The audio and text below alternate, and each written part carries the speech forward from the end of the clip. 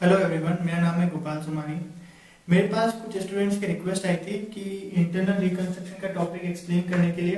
तो आज के इस वीडियो में हम ये इंटरनल रिकंस्ट्रक्शन का टॉपिक लेंगे। इसकी आई थिंक 2 या 3 वीडियो बनेगी। ठीक है, तो मैं कोशिश करूंगा कि इसकी वीडियो जो भी है बाकी की वो भी जल्दी से जल्दी अपलोड करूं। ठीक है, तो हम स्टार्ट करते हैं इस टॉपिक के साथ, इंटरनल रिकंस्ट्रक्शन। तो सबसे पहले हम देखते हैं कि इंटरनल रिकंस्ट्रक्शन का मतलब क्या होता है। तो जब हमने अमालगमेशन का टॉपिक डिस्कस किया था तो उसमें मैंने बताया था कि अमालगमेशन जो होता है वो एक्सटर्नल रिकंस्ट्रक्शन होता है, क्योंकि उसमें एक कंपनी जो होती है वो दूसरी कंपनी के साथ मर्ज हो जाती है। ठीक है ना, तो फिर वो होता है एक्सटर्नल रिकंस्ट्रक्शन। इंटरनल रिकंस्ट्रक्शन क्या होता है कि ऐसी भी कंपनी है जो काफी टाइम से लॉसेस में चल रही है।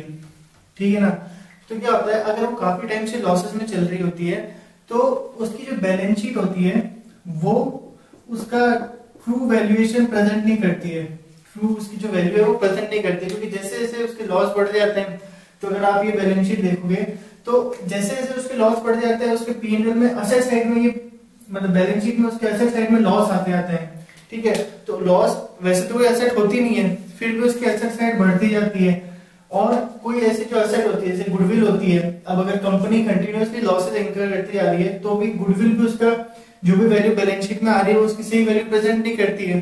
ठीक है ना, तो ऐसे केसेस में क्या होता है कंपनी इंटरनल रिकंस्ट्रक्शन फॉलो करती है। इंटरनल रिकंस्ट्रक्शन में क्या होता है वो अपनी एसेट को रिवैल्यू करती है, रिवैल्यूएशन करती है सारी एसेट्स का, और जो भी लॉसेस होते हैं उनको राइट ऑफ करती है, लॉसेस को राइट ऑफ करती है। अब वो लॉसेस को राइट ऑफ कैसे करेगी, सेट ऑफ कैसे करेगी, उसको करने के लिए उनको सेट ऑफ करने के लिए उसके जो प्रॉफिट्स होते नहीं है तो उनको जो राइट ऑफ करती है वो कैपिटल के थ्रू करती है। मतलब अब उसको अपनी कैपिटल रिड्यूस करनी पड़ती है ताकि वो लॉसेस को सेट ऑफ कर सके। ठीक है, तो ये जो पूरा प्रोसेस होता है, मतलब सारा रिवैल्यूएशन करना, लॉसेस को कम करना, कैपिटल रिड्यूस करना, ये सब चीजें पूरा प्रोसेस कहलाता है इंटरनल रिकंस्ट्रक्शन। ठीक है, तो इसमें ना तो कंपनी क्लोज नहीं होती है। ठीक है, और ना कोई न्यू कंपनी बनती है, मतलब कंपनी सेम ही रहती है, बस वो एक प्रकार की रिस्ट्रक्चरिंग करती है। ठीक है, ताकि वो वापस लॉसेस से प्रॉफिट में आ सके और उसकी बैलेंस शीट वगैरह जो भी है वो true and fair view present कर सके। तो ये होता है एक बेसिक कंसेप्ट है इंटरनल रिकंस्ट्रक्शन का। ठीक है, अब हम देखते हैं इंटरनल रिकंस्ट्रक्शन की हम अकाउंटिंग कैसे करते हैं।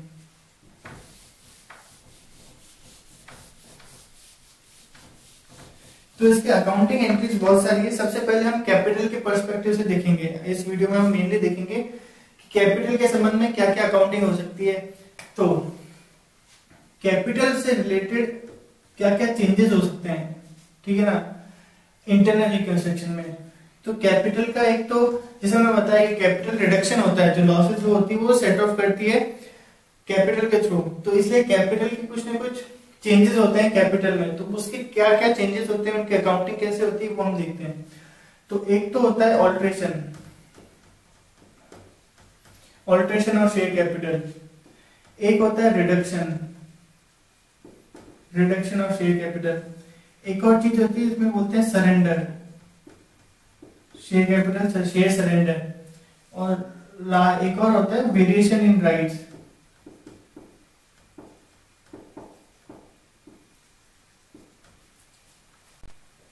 अब देखते हैं ऑल्ट्रेशन के केस में क्या होता है। तो ऑल्ट्रेशन के केस में क्या होता है, दो चीज हो सकती है, सब डिवीजन और कंसोलिडेशन ऑफ शेयर।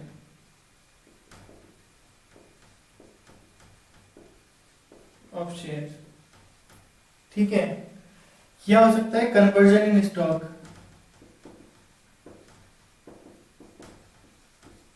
ठीक है, तो हम इनकी एंट्रीज देखते हैं क्या होता है, पहले समझते हैं क्या होता है फिर देखते हैं इनकी एंट्री क्या होती है। तो सब डिवीजन का मतलब क्या हुआ, सब डिवीजन का मतलब हुआ हमारे पास इक्विटी शेयर थे, उसकी वैल्यू थी नॉमिनल वैल्यू या पेड अप वैल्यू 100 रुपए थी।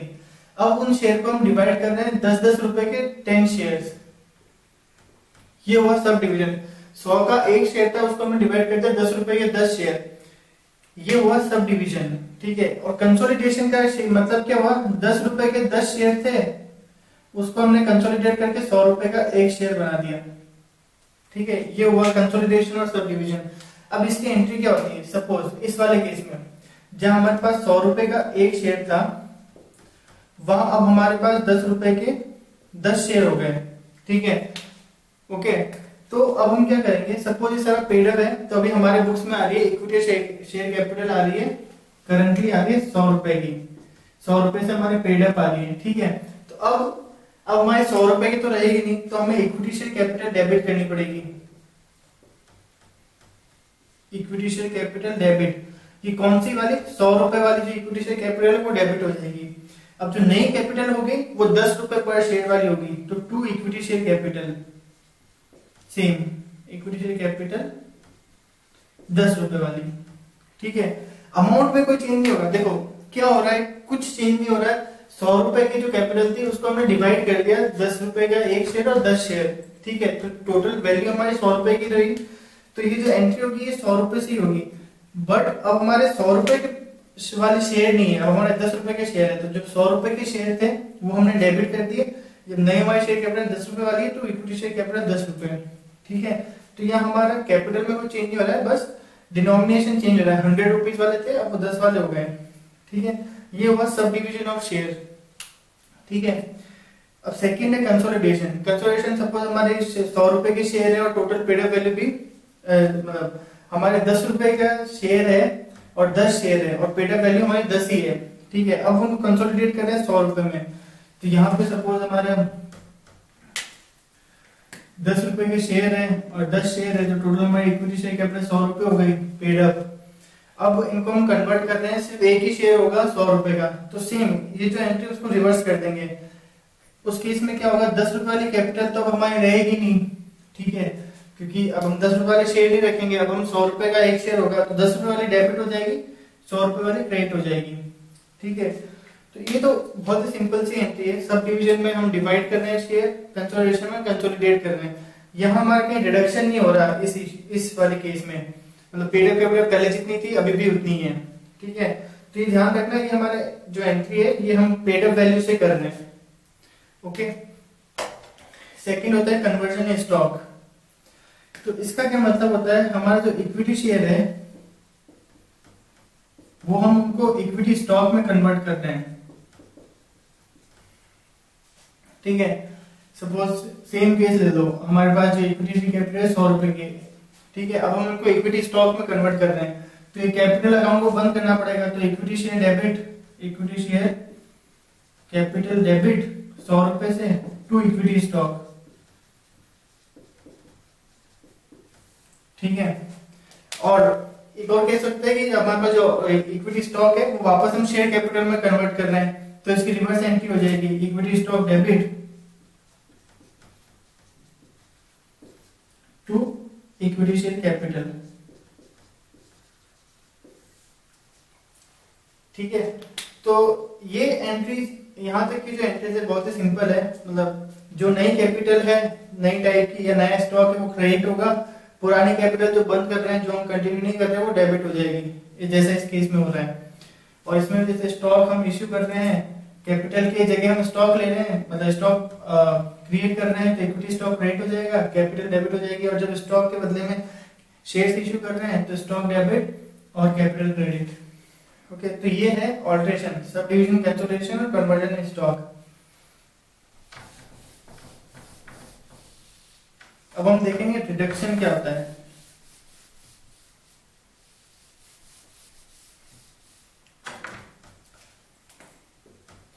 रिडक्शन, इसमें क्या होता है, रिडक्शन में हमारे जो शेयर की वैल्यू है वो कम हो जाती है। तो यहाँ एग्जांपल लेते हैं, सपोज 100 रुपए का एक शेयर है। ओके, 100 रुपए का एक शेयर है और 100 रुपीज पेड अप है। ठीक है, अब रिडक्शन में क्या होगा कि ये जो 100 रुपए की पेड अप वैल्यू है वो हो जाएगी 10, मतलब जो पेड अप वैल्यू हमने डिक्लेयर कर दी 10, तो मतलब ये जो 90 रुपीज है वो हमें वापस डेबिट करने पड़ेंगे। देखो अभी हमारी पेड अप कैपिटल है 100, तो हमारी बुक्स में इक्विटी शेयर कैपिटल आ रही होगी 100 रुपीज से। ठीक है, अब इस स्कीम में, रिकंस्ट्रक्शन की स्कीम में पेड अप कैपिटल 100 से घटा के कर दी जाती है 10। ठीक है, शेयर की नॉमिनल वैल्यू चेंज नहीं हो रही है। नॉमिनल वैल्यू मतलब फेस वैल्यू पहले भी 100 थी, अभी भी 100 है, बस पेड अप वैल्यू 100 की जगह 10 कर रहे हैं। ठीक है, तो यहाँ हमारा 90 रुपए का कैपिटल रिडक्शन हो रहा है। ठीक है, पेड अप कैपिटल 100 की जगह 90 हो रही है। तो यहाँ हमें क्या एंट्री करनी पड़ेगी, अभी इक्विटी शेयर कैपिटल हमारी 100, तो इसको अब हमें 10 पे लाना पड़ेगा, क्योंकि रिड्यूस होने के बाद 10 पे हो जाएगी। तो अब इक्विटी शेयर कैपिटल को डेबिट कर देंगे, डेबिट टू हो जाएगा कैपिटल रिडक्शन अकाउंट।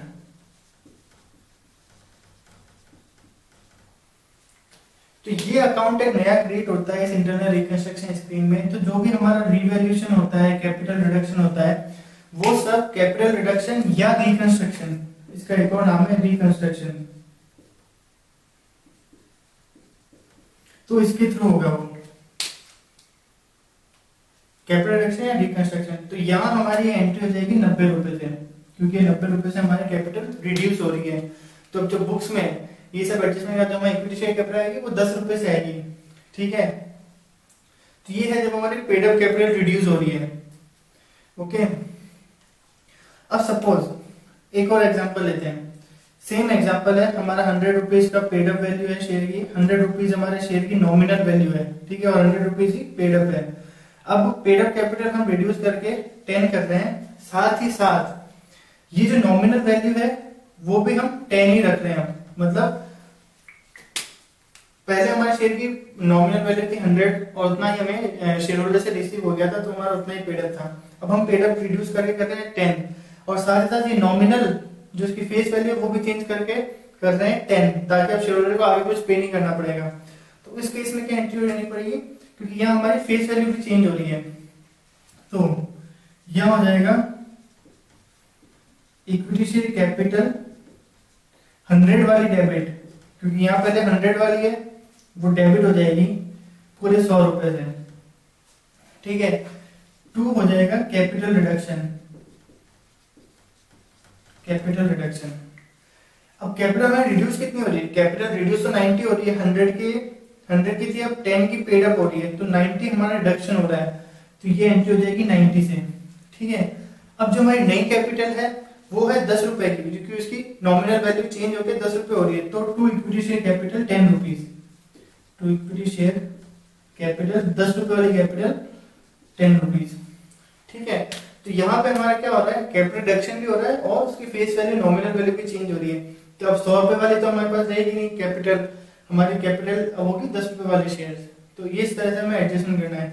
तो क्वेश्चन में आपको किसी भी तरह से आपको पूछ सकता है, अलग अलग मतलब कॉम्बिनेशन भी दे सकता है, ऑल्ट्रेशन रिडक्शन का कंबाइंड है। तो आपको क्वेश्चन ध्यान से पढ़ना है और उस अकॉर्डिंग आपको एडजस्टमेंट करना है कि क्या चीज डेबिट करनी है, क्या चीज क्रेडिट करनी है और कितना हमारा रिडक्शन हो रहा है। ठीक है, तो ये था रिडक्शन जिसमें हमारी कैपिटल रिड्यूस हो रही है।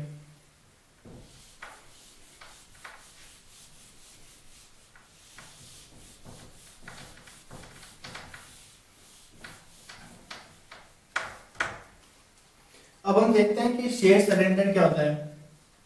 शेयर सरेंडर का मतलब क्या होता है कि कुछ शेयर होल्डर अपने शेयर सरेंडर कर देते हैं कंपनी को, शेयर होल्डर सरेंडर कर देते हैं शेयर टू द कंपनी। ठीक है, अब ये जो शेयर वो सरेंडर करते हैं, अब जो सरेंडर शेयर होते हैं, सरेंडर शेयर वो या तो कंपनी कैंसिल कर सकती है, ठीक है, या तो कैंसिल करेगी या किसी और को इश्यू कर सकती है, इश्यू। अब इश्यू किसी दूसरे को करेगी तो या तो वो कैश के बदले में कर सकती है, ठीक है, या वो किसी लायबिलिटी को डिस्चार्ज कर सकती है, मतलब किसी लायबिलिटी अगेंस्ट में पे कर सकती है। मतलब किसी क्रेडिटर्स को पैसे देने थे तो पैसे के बदले उन्होंने शेयर दे दिए। ठीक है, तो ये थोड़ा मतलब दिस इज समथिंग स्पेशल कि इसके केस में क्या एंट्री होती है, तो वो हम देखते हैं एंट्री क्या क्या होती है।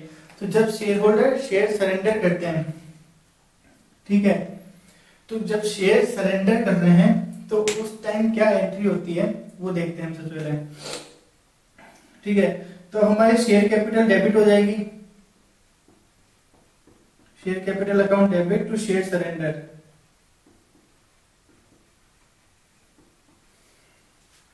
ये तो हो जाएगी सरेंडर के टाइम एंट्री। ठीक है, जब उन्होंने सरेंडर किया तो हमारे कैपिटल कम हो गई, तो capital debit to share surrender. ठीक है, अब अगर वो सरेंडर शेयर हम कैंसिल कर रहे हैं रिकंस्ट्रक्शन के टाइम, अगर हम कैंसिल कर रहे हैं तो ये share surrender account capital reduction में चला जाएगा। Share surrender debit to capital reduction. तो सिंपल एंट्री, उन्होंने सरेंडर किए, फिर हमने उस सरेंडर शेयर को कैंसिल कर दिया, कैंसिल कर दिया तो कैपिटल रिडक्शन अकाउंट में चला गया, कैपिटल रिडक्शन या रिकंस्ट्रक्शन। बट अगर वो शेयर हमने वापस इश्यू कर दिए कैश के बदले में, इश्यूड फॉर कैश, तो यहां पे हमारी दो एंट्रीज होगी। ठीक है, अब इश्यू कर दिए हैं तो हमें कैश मिल रहा है पहली बात। ठीक है, और दूसरी चीज हमारी शेयर कैपिटल बढ़ रही है। ठीक है, तो जब हम री इश्यू करते हैं तो पहले तो हमें ये वाली एंट्री वापस रिवर्स करनी पड़ेगी, रिवर्स, क्योंकि अब वो शेयर सरेंडर तो थे बट हमने वापस को री इश्यू कर दिया, तो अब ये एंट्री वापस रिवर्स हो जाएगी। तो क्या हो जाएगा, शेयर सरेंडर डेबिट टू एक शेयर कैपिटल। तो ये तो हमारी वापस एंट्री हुई है शेयर इश्यू करने की। ठीक है ना, क्योंकि हम इश्यू कर रहे हैं फॉर कैश, तो सबसे पहले ये एंट्री रिवर्स कर दो। फिर अब हमें कैश रिसीव हो रहा है तो उसकी एंट्री हो जाएगी bank account debit to capital reduction, capital reduction या रिकंस्ट्रक्शन। तो ये आपको बहुत ही ध्यान रखना है, अगर सरेंडर शेयर वापस रीइश्यू हो रहे हैं कैश में, तो पहले तो जब भी रीइश्यू हो रहे हैं आप वो पहले सरेंडर वाली एंट्री मतलब रिवर्स कर दो। ठीक है, और फिर आपको जो कैश रिसीव हो रहा है वो bank account debit to capital reduction. ठीक है, ये एंट्री है। तो अगर इश्यूड फॉर कैश होता है तो ये दो एंट्री है। अब अगर इश्यू करते हैं लायबिलिटी के अगेंस्ट में, लायबिलिटी डिस्चार्ज, जो ये शेयर हमने, तो ये तीनों अलग अलग केस है, पहला कैंसिल का, दूसरा इश्यूड फॉर कैश, अब लायबिलिटी डिस्चार्ज। ठीक है, तो अब इस केस में क्या होगा, अगर लायबिलिटी डिस्चार्ज कर रहे हैं, तो लायबिलिटी डिस्चार्ज कर रहे हैं मतलब उन्होंने कैपिटल मतलब शेयर दे रहे हैं, शेयर दे रहे हैं, उसको तो एक तरह से हम शेयर इश्यू कर रहे हैं। ठीक है ना, तो ये एंट्री जो रिवर्स की होगी वो सेम वापस इधर रिवर्स हो जाएगा। इस वाले केस में भी ये रिवर्स हो जाएगा, share surrender account debit to share capital, share surrender debit to share capital. ठीक है, क्योंकि हम रीइश्यू कर रहे हैं तो वो सरेंडर तो रहे नहीं, तो उनको वापस ये एंट्री को रिवर्स कर दो, शेयर कैपिटल क्रेडिट हो जाएगा, शेयर सरेंडर डेबिट हो जाएगा। ठीक है, तो रिवर्स कर दिया। अब हमने लायबिलिटी डिस्चार्ज कर रहे हैं। ठीक है, मतलब जो भी क्रेडिटर है उन्हें पैसा दिया, मतलब उनको हमने शेयर दे दिया, तो अब लायबिलिटी डिस्चार्ज करें तो लायबिलिटी कम हो जाएगी, तो लायबिलिटी डेबिट कर देंगे, लायबिलिटी डेबिट, और क्रेडिट किसको करेंगे, to capital reduction, capital reduction या रिकंस्ट्रक्शन, ये एंट्री होगी। तो मेन चीज ये है, जब भी रीइश्यू हो रहा है, चाहे वो कैश के अगेंस्ट हो या हम लायबिलिटी डिस्चार्ज करें, तो पहले तो सरेंडर की एंट्री रिवर्स कर दो, और फिर अगर कैश रिसीव हो रहा है तो bank account debit to capital reduction, और अगर लायबिलिटी डिस्चार्ज करें तो लायबिलिटी टू कैपिटल रिडक्शन। तो ये इंपॉर्टेंट चीज है कि ये आपको कैपिटल रिडक्शन में डालना है, क्योंकि शेयर इश्यू की एंट्री तो हम यहाँ पे कर ही चुके हैं उसको रिवर्स करके, तो इसलिए जो भी बैंक अकाउंट है रिसीव हो रहा है कैश, वो कैपिटल रिडक्शन के थ्रू लायबिलिटी डिस्चार्ज हो रही है तो कैपिटल रिडक्शन में। तो ये एंट्री हो गया हमारे सरेंडर के टाइम। और लास्ट है वेरिएशन इन राइट।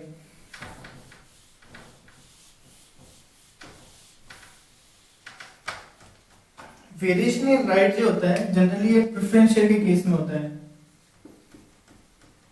सपोज हमारे बुक्स में आ रहा है कि प्रेफरेंस शेयर 10% प्रेफरेंस शेयर है, बट हम उनके राइट चेंज कर देते हैं, मतलब अब 10% प्रेफरेंस शेयर की जगह अब वो 5% प्रेफरेंस शेयर होगा। ठीक है, तो अब उसकी एंट्री क्या होगी, जैसे हमने इक्विटी शेयर के केस में किया था वैसे ही होगी। अब 10% प्रेफरेंस शेयर तो हमारे बुक्स में रहेंगे नहीं, तो इसको हमें बंद करना है, तो ये इसको बंद करने के लिए इसको डेबिट करेंगे, तो 10% प्रेफरेंस शेयर कैपिटल डेबिट हो जाएगी। अब नई हमारी शेयर कैपिटल कौन सी है, 5%, तो 5% प्रेफरेंस शेयर कैपिटल। सपोज ये सेम ही अमाउंट की, ये भी 100 की थी और ये भी 100 की, ये तो 100। तो ये वेरिएशन राइट के केस में है। तो ये एंट्रीज सिंपल है, बट क्वेश्चन में क्या होगा, कई बार आपको अलग अलग कॉम्बिनेशन दिया होगा कि अल्टरेशन के साथ हमारा रिडक्शन भी आ गया, सरेंडर भी आ गया, वेरिएशन राइट। तो आपको क्वेश्चन ध्यान से पढ़ना है और फिर आपको देखना है अच्छा इसमें कौन कौन सी चीजें एप्लीकेबल हो रही है और कितना रिडक्शन हो रहा है, उस हिसाब से आपको जनरल एंट्री करनी है। ठीक है, तो अभी इसके टॉपिक में तो हमने ये कैपिटल वाला ही पार्ट देखा है कि कैपिटल के केस में क्या क्या केसेस हो सकते हैं। ठीक है, अब नेक्स्ट वीडियो में हम देखेंगे कि रिवैल्यूएशन के टाइम क्या एंट्री होती है और मतलब P&L वगैरह क्लोज कैसे करते हैं, डिबेंचर वगैरह क्या ट्रीटमेंट होता है अगर वो सैक्रिफाइस करते हैं। तो ये सब हम आगे आने वाले नेक्स्ट वीडियो में देखेंगे और मैं ट्राई करूंगा वो वीडियो में जल्दी से जल्दी पोस्ट करूं, अपलोड करूं। अगर आप लोगों को मेरे वीडियो पसंद आ रहे हैं तो प्लीज लाइक एंड सब्सक्राइब करें। Thank you.